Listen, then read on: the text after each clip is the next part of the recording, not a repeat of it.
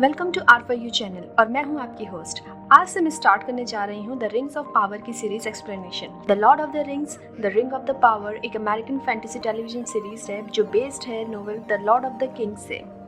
आगे बढ़ने से पहले अगर आप मेरे चैनल में नए हैं तो पहले मेरे चैनल को सब्सक्राइब कीजिए ताकि आपको ऐसी फैंटेसी सीरीज और मूवीज की एक्सप्लेनेशन मिलती रहे। चलिए अब बात करते हैं the rings of power series की। इस सीरीज का stage second age of Middle Earth पर सेट है। 1000 साल पहले टोकिन्स, द हॉबिट्स और the lord of the rings के अमेज़न ने the lord of the rings की टेलीविजन राइट्स $250 मिलियन में लिए थे इन नवंबर 2007, जो इसको मोस्ट एक्सपेंसिव टीवी सीरीज बनाता है। द रिंग्स ऑफ पावर के सीजन 1 में 8 एपिसोड्स होने वाले हैं और ये प्रीमियर हो रहा है फ्रॉम 2 सितंबर 2022। इस सीरीज को जनरली पॉजिटिव रिव्यूज मिले हैं क्रिटिक्स से। इसके म्यूजिक और विजुअल्स को काफी प्रेज किया गया। इसके 2 एपिसोड एक साथ रिलीज हुए हैं पर मैं इस वीडियो में सिर्फ एक्सप्लेन करूंगी एपिसोड नंबर 1। तो चलिए स्टार्ट करते हैं एपिसोड 1, जिसका नाम है शैडो ऑफ द पास्ट।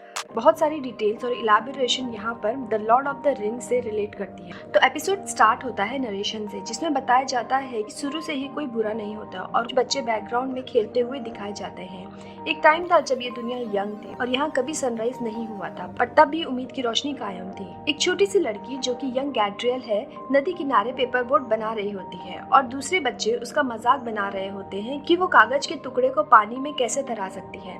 गैड्रियल यहाँ बोलती है कि उसकी बोट सिर्फ यहाँ तैरेगी ही नहीं, लहरों से बातें भी करेगी। गैड्रियल की बोट तैरने लगती है, तभी बच्चे उसे पत्थर मारने लगते हैं। तभी बच्चे बोट को डुबाने के लिए पत्थर मारने लगते हैं। गैड्रियल उन्हें रोकने की बहुत कोशिश करती है पर वो बोट पानी में डूब जाती है। गैड्रियल गुस्से में बच्चे से लड़ने लगती। तभी वहाँ फिनरॉड फिलागुंट आते हैं जो गैड्रियल के बड़े भाई हैं। यहाँ फिनरॉड गैड्रियल को समझाते हैं कि पत्थर को पानी की गहराई का अंधेरा दिखता है और वो उसी की तरफ चला जाता है, जबकि बोट को आसमान का उजाला। गैड्रियल यहाँ बोलती है कि कभी कभी दोनों एक जैसे ही लगते हैं, तो हमको कैसे पता चलेगा कि कौन सही है। फिनलैंड उसे बोलते हैं कि सच की खोज उसे अकेले ही करनी पड़ेगी। यहाँ पे फिनरॉड और गैलाजियल दोनों हाई एल्फ्स यानी एल्डर हैं, रॉयल हाउस ऑफ फिनारफिन के। गैलाजियल यहाँ बताती है कि उन्होंने कभी डेथ नहीं देखी और उन्होंने हमेशा बहुत ही अच्छी लाइफ स्पेंड की है। एक दिन उनका दुश्मन मॉर्गोथ ने उनकी रोशनी छीन ली और उस दिन से एल्फ्स ने वॉर लड़ी। उस दिन से एल्फ्स को अपना घर वेलिनोर छोड़ना पड़ा और बहुत दूर मिडिल अर्थ जाना पड़ा, जहां बहुत स्ट्रेंज क्रिएचर्स और बहुत खतरे भी थे। मिडिल अर्थ में आकर भी मॉर्गोथ की आर्मी ने एल्फ्स का पीछा नहीं छोड़ा और वहां भी काफी लड़ाई चढ़ी, जिस पर काफी तबाही देखने को मिली। इस वॉर में एल्फ्स की हार हुई। मॉर्गोथ के ऑर्क्स मिडिल अर्थ के हर कॉर्नर में फैले हुए थे, जिसे पूरे मिडिल अर्थ पर तबाही मचा रखी। गैड्रियल डिसाइड करती है कि वो मॉर्गोथ को सर्व कर रहे निर्दयी और चालाक सॉसरस सोरॉन को मार देगी। उसे मारने के लिए गैड्रियल का बड़ा भाई फिनरॉड भी गया था, पर उसने फिनरॉड को ही मार दिया। फिनरॉड की बॉडी में एक मार्क भी लगा था। उस सिंबल को बहुत जानकार एल्फ्स भी समझ नहीं पाए। गैड्रियल सोरॉन और ओक्स को ढूंढने निकल जाती, लेकिन उसे सालों हो गए उसे ढूंढते हुए, पर वो उसे कहीं नहीं मिला और लोगों को लगा कि वो अतीत की गहराइयों में कहीं खो गया है। एल्फ्स ने उसके दिए हुए दर्द को भी भुला दिया था और अब उन्हें कोई खतरा नजर नहीं आ रहा था, पर गैड्रियल ये मानने को राजी नहीं थी और वो अब भी सोरॉन को खोज रही थी। गैड्रियल अपने कुछ सोल्जर्स के साथ ऐसी जगह जाती है जहां मॉर्गोथ के हार के बाद ऑक्स इकट्ठा हुए थे। यहाँ गैड्रियल के सोल्जर्स की हालत ठीक नहीं थी। गैड्रियल को वहाँ एक डोर मिलता है उस गुफा में, जिसके अंदर उन्हें बहुत से कंकाल मिलते हैं और वहाँ उन्हें कुछ निशान भी मिलते हैं, जिससे पता चलता है कि ऑक्स वहाँ ब्लैक मैजिक कर रहे हैं। वहाँ पर गैड्रियल को सोरॉन के निशान भी मिले थे। थॉन्डिर गैड्रियल को वहाँ से वापस चलने को कहता है, एज वो निशान सालों पुराने हैं और उन्हें महीनों पहले घर आने का ऑर्डर मिल गया था। अब उन्हें किंग से इसके बारे में पूछना होगा, पर गैड्रियल वापस जाने से मना कर देती है। तभी वहाँ एक स्नो ट्रॉल उन पर हमला करता है, पर गैड्रियल उसे बड़ी आसानी से मार गिराती है। अब नेक्स्ट मॉर्निंग गैड्रियल अपने सोल्जर्स के साथ किंगडम वापस लौट जाती है।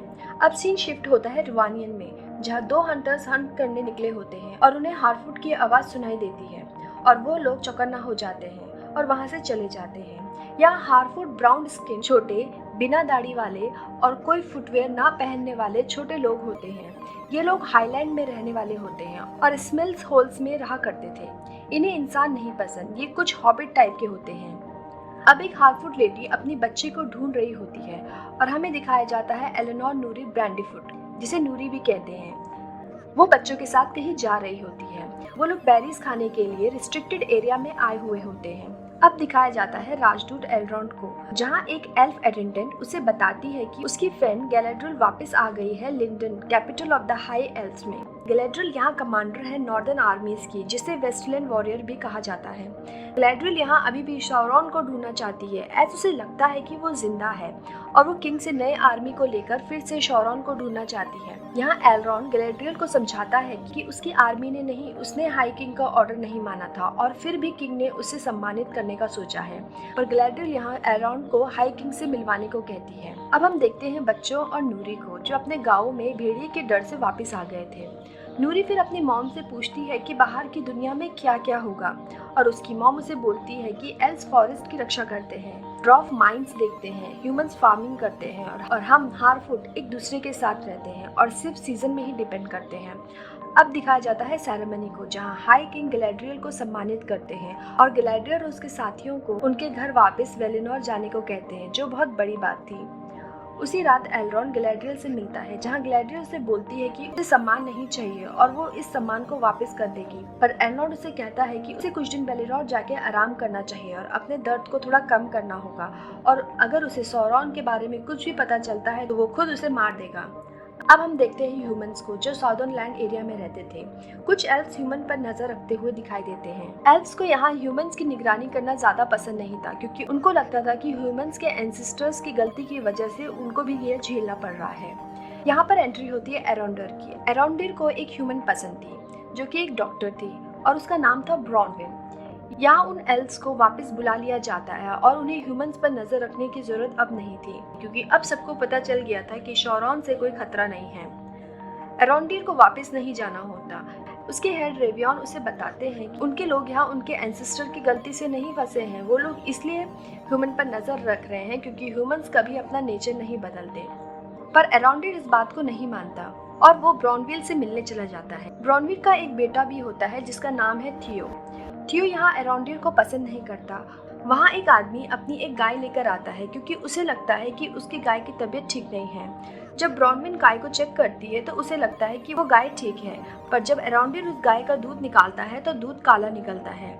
आदमी उसे बताता है कि गाय ईस्ट की तरफ चारा चरने गई थी। एरोंडर और ब्रॉनविल वहाँ जाने का डिसाइड करते हैं। थियो यहाँ अपने फ्रेंड को एक चीज दिखाता है जो उसने छुपा कर रखी हुई थी, और वो चीज सौरॉन को बिलोंग करती थी। अब हम देखते हैं गैलेड्रियल को, जो एलरॉन्ड की बात मानकर वेलिनोर को जा रही होती है। यहाँ एलरॉन्ड चिंता में होता है कि तभी किंग उसे समझा जो किया वो सही किया, और अगर सौरॉन अभी भी जिंदा है तो गैलेड्रियल उसे वापस लाकर मिडिल अर्थ को दोबारा खतरे में डाल सकती थी। अब सेलिब्रिम्बोर वहाँ आकर एलरॉन्ड को नया टास्क समझाते हैं। यहाँ एरोंडर और ब्रॉनविन को एक गांव मिलता है जो कि पूरी तरह तबाह हो गया था। गैलेड्रियल के साथी और वो वेलिनोर पहुंच जाते हैं, पर तभी आसमान से एक मेटेओर नीचे गिरता है और यहाँ गैलेड्रियल को डार्कनेस का एहसास होता है और वो अपने भाई की तलवार के साथ समुद्र में कूद जाती है। और हाई किंग को लीफ के जरिए एहसास होता है कि डार्कनेस करीब है। जहाँ वो मेटेओर गिरा होता है वहाँ एलिनोर पहुंच जाती है और वहाँ आग के बीच में एक इंसान दिखाई देता है। और यहीं पे एंड होता है द रिंग्स ऑफ पावर का एपिसोड नंबर 1। होपफुली आपको ये एक्सप्लेनेशन और रिकैप अच्छी लगी। कमेंट्स करके अपने थॉट्स शेयर जरूर करें।